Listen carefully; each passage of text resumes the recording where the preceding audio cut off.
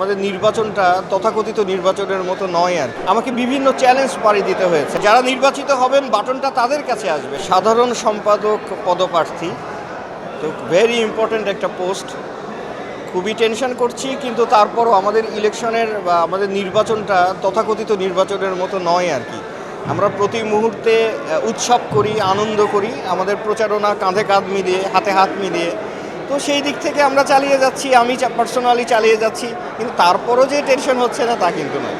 যেহেতু বিগত 2 টার্মে আমি অনুষ্ঠান সম্পাদক হিসেবে অভিনয় শিল্পীর সঙ্গে কাজ করার সৌভাগ্য হয়েছে, আমাকে বিভিন্ন চ্যালেঞ্জ পাড়ি দিতে হয়েছে আমাদেরকে। তার মধ্যে হচ্ছে করোনাকালীন যে স্থবিরতা, এর মধ্যেও আমরা আমাদের কাজ কিন্তু এতটুকুও থেমে থাকিনি। তো বিগত চ্যালেঞ্জ থেকে শিক্ষা নিয়ে মানে যতটুকু শিখেছি, এরপরে যদি সদস্যরা আমাকে নির্বাচিত করেন, অনেক নানামুখী প্ল্যান আছে, সেগুলো বাস্তবায়ন তো করতেই হবে। আর যদি আমাকে নির্বাচিত নাও করেন, সেক্ষেত্রে কোনো সমস্যা নেই। হৃদয়ে ধারণ করি অভিনয় শিল্পী সংঘ, সবসময় শিল্পী সংঘের পাশেই আছি। প্রাণ সসের মাখামাখি টেস্ট নুডলসকে করে তোলে আরো ইয়ামি, আরো জোস। প্রাণ সস, সসের বস।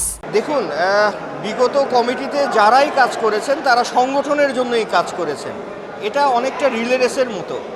একজন যতদূর পর্যন্ত গিয়েছে, বাটনটা আরেকজনের কাছে দিয়েছে। এখন যারা নির্বাচিত হবেন বাটনটা তাদের কাছে আসবে। তাদের কাজটা হচ্ছে নতুন নতুন পরিকল্পনা বাস্তবায়ন করা, এবং বিগত পরিকল্পনাগুলো যেটা সময়ের কারণে, নানা কারণে যে জায়গায় থেমে আছে, সেখান থেকে আমাদেরকে উত্তরণ করতে হবে, এগিয়ে নিয়ে যেতে হবে। সো চ্যালেঞ্জ কিন্তু দুটোই। এটা তো আমি একটা গুড সাইন হিসেবে দেখছি। আসলে সংগঠনের যারা নির্বাচন করবেন তাদেরকে তো ভেতরে লালন করতে হবে। আমি সংগঠনের জন্য কিছু করতে চাই। যারা উইলিংলি এসেছে, তারা পরিচিত হোক অপরিচিত হোক, তাতে কিছু যায় আসে না সংগঠনের জন্য। যেই আসুক না কেন, সংগঠনে কাজ করতে হবে। হ্যাঁ, সংগঠনের মতোই চলবে। আমরা ইনপুট দেব।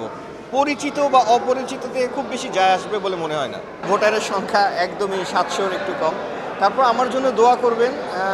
আমি যদি নির্বাচিত হই, অভিনয় শিল্পী সংঘকে এগিয়ে নিয়ে যেতে চাই। কারণ শিল্পীদের একটা প্ল্যাটফর্ম এই জাতির জন্য অনেক বড় কিছু।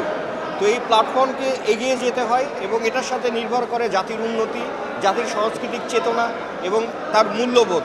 এই মূল্যবোধকে এগিয়ে নেওয়ার জন্য যতটুকু সম্ভব আমি চেষ্টা করব। আর আমার জন্য পার্সোনালি দোয়া করবেন, নতুন নতুন কাজ নিয়ে, নতুনভাবে, নতুন আঙ্গিকে যেন আপনাদেরকে মুগ্ধ করতে পারি, আপনাদের ভালোবাসা পেতে পারি। এটাই হচ্ছে সবচেয়ে বড় চাওয়া আমার।